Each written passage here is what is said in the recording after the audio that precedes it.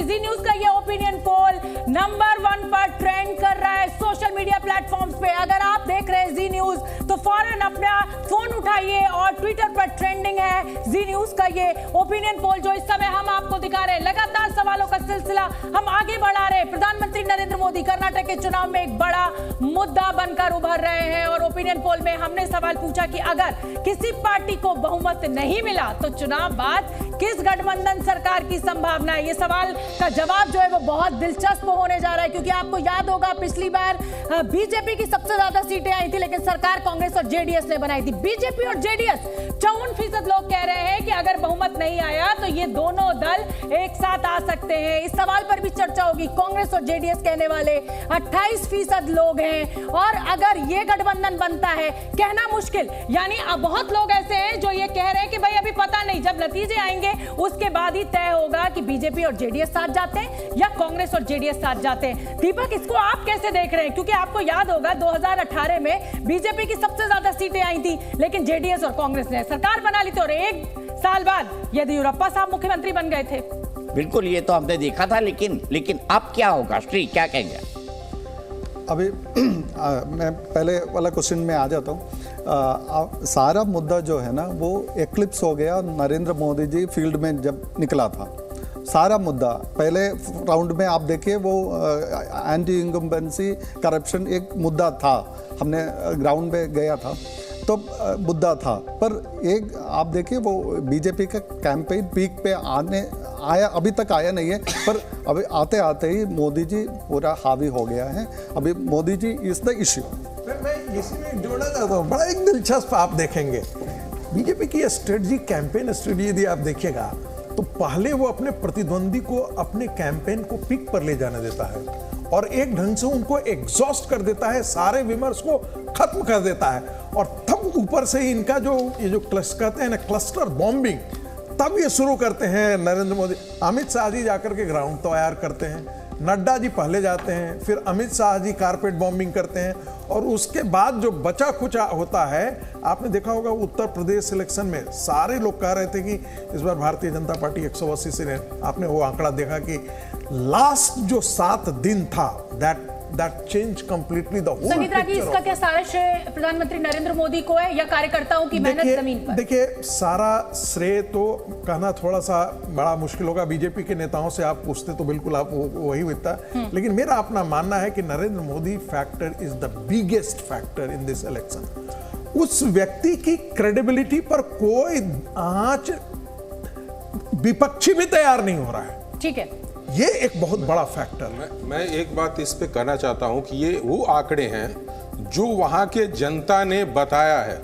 लोगों से जब पूछा गया कि भाई आप सरकार किस अलायंस के साथ बनाना चाह रहे हैं, बन सकती है, तो उनका कहना था कि जेडीएस बीजेपी का अलायंस सबसे बेहतर है। आप इस माइंड को समझिए कि पब्लिक यदि जेडीएस को छोड़ता है तो बीजेपी को पसंद करता है, थर्ड में जाके कांग्रेस को पसंद करता है। यही कारण है कि आप देखिएगा कि पूरे अशक्य पाएंगे ऊपर से नीचे बीजेपी की जमीन दिखेगी, जमीन देखिए। लेकिन मुझे एक बात बताइए, 2,80,000 का सैंपल साइज, बड़ा सैंपल साइज है। मुझे ये भी आप समझाइए कि आपके जो अभी तक के आंकड़े हैं वो तो एक तरह से इंडिकेट कर रहे हैं कि भाई ये तो प्रो बीजेपी, मतलब बीजेपी एडवांटेज बीजेपी, जैसे टेनिस में हम बोलते हैं ना एडवांटेज फलाना, एडवांटेज स्टेफी ग्राफ, तो आप एडवांटेज बीजेपी शुरू में ही कह रहे हैं। नहीं, मैं तो आपके पहले जब आया था इसके पहले के ओपिनियन में तो मैं तो बोला था कि बीजेपी 100 और 102 के बीच में आएगी।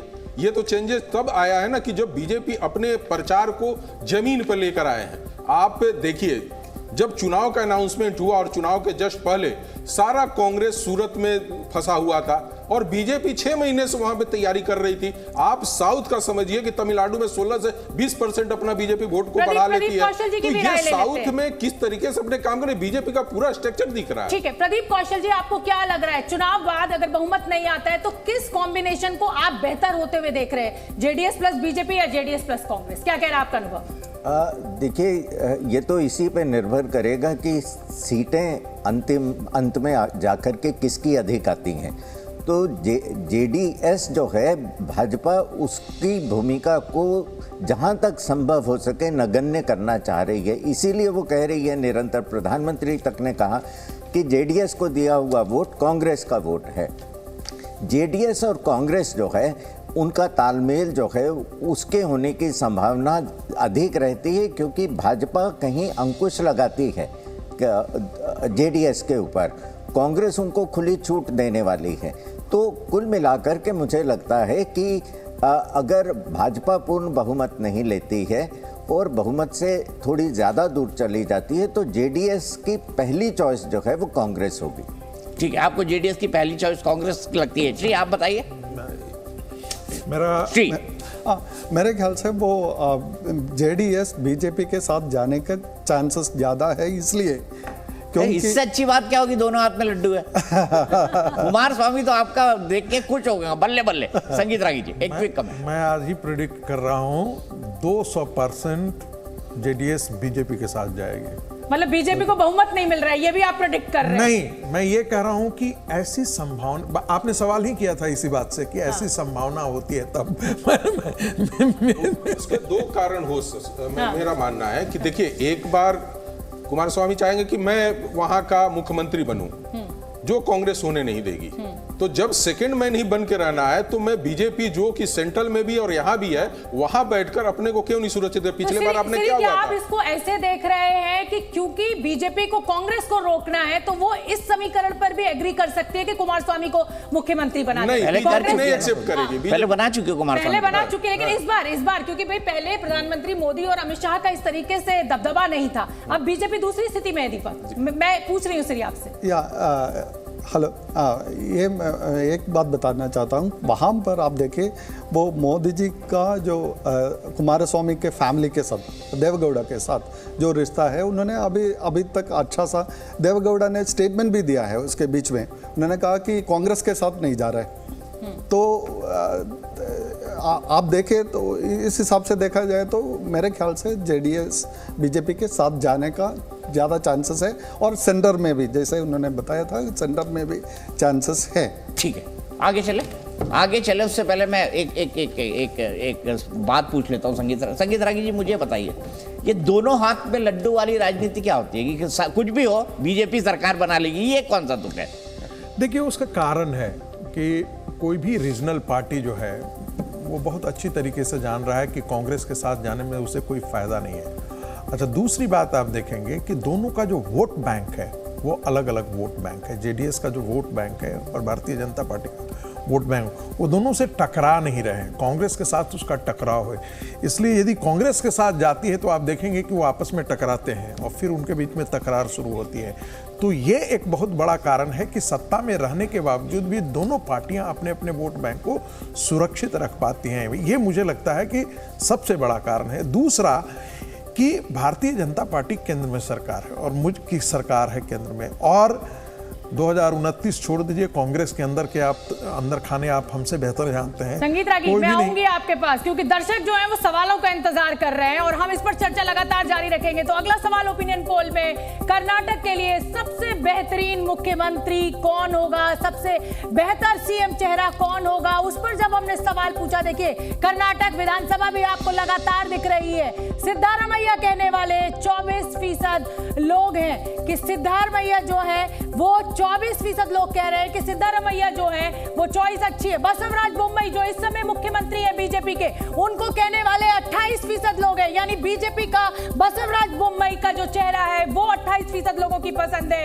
एचडी कुमार स्वामी जेडीएस से आते हैं, पूर्व मुख्यमंत्री है, 11% लोग कह रहे हैं कि एचडी कुमार स्वामी। अब अगला डीके शिव कुमार, एक बड़ा चेहरा कांग्रेस का, 14% लोग कह रहे हैं, यानी इसमें जो बाजी मारते हुए दिखाई दे रहे हैं वो बसवराज बोम्मई दिखाई दे रहे हैं। सबसे बेहतरीन मुख्यमंत्री उम्मीदवार जो है वो बसवराज बोम्मई निकल कर आ रहे हैं, 24% के साथ सिद्धारमैया और 28% के साथ बसवराज बोम्मई। अन्य जो है ये 23%। दीपक, ये अन्य कौन हो सकता है? मुझे तो यही 4 बड़े चेहरे पता है बेंगलुरु कर्नाटक में। अरे लॉटरी अगर किसी लगती है तो किसी की भी लग सकती है, क्यों प्रदीप जी? बिल्कुल, और अगर भाजपा को मुख्यमंत्री नामित करना हो तो भाजपा भी किसी नए चेहरे को जो है वो उस पर बाजी लगा सकती है।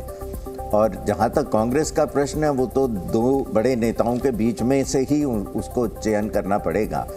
तो मुझे लगता है कि ये भाजपा में संभावना अधिक है। ठीक कोई और है चेहरा? मुंबई से बसवराज मुंबई क्यों इतने हाई परसेंटेज के साथ, ये लॉजिक मुझे समझ नहीं आया। देखिए, सबसे 28% जो है बहुत छोटा कार्यकाल उनका रहा है, लेकिन पब्लिक उनके कार्य से कभी नाराजगी व्यक्त नहीं की है। इन्होंने जो इतने कम समय में अपनी इमेज को जो बना के रखा था, ये काफी अच्छा इमेज था उनका, और इनको ज्यादा समय मिला होता तो हो सकता है कि और बेहतर इनको मिलते उन पे। दीपक जी, एक कोई चेहरा होता है जो फ्लैम्बॉयंट चेहरा होता है, आप देखेंगे वो हमेशा मीडिया में रहेगा, मीडिया की ग्लेयर में हमेशा रहता है। आपने देखा होगा उत्तराखंड के मुख्यमंत्री का, धामी जी को आपने देखा होगा, वो कहीं बहुत ज़्यादा मीडिया के ग्लेयर में नहीं रहे, लेकिन उन्होंने परफॉर्मेंस दिया और जनता उन पर विश्वास की। मुझे लगता है कि येदियुरप्पा जी की बात अलग थी, मतलब उनकी एक छवि बहुत बड़ी थी। उस छवि से तुलना यदि आप इनसे करते हैं तो आपको लगता है कि ये बहुत छोटा ये है। लेकिन एक बात बहुत साफ है कि मुख्यमंत्री की व्यक्तिगत छवि बहुत साफ सुथरी है, और वो कई बार नेतृत्व के मामले में यही होता है यार, हो सकता है बीजेपी में ये अमुक लोग गलत है। और ये भी जाना जाता है कि मोदी और अमित शाह जो है वो सरप्राइज देने में ज्यादा यकीन करते हैं। तो कर्नाटक चुनाव पर जी न्यूज का ये ओपिनियन पोल बहुत ही दिलचस्प पड़ाव पर है। सिर्फ जी न्यूज।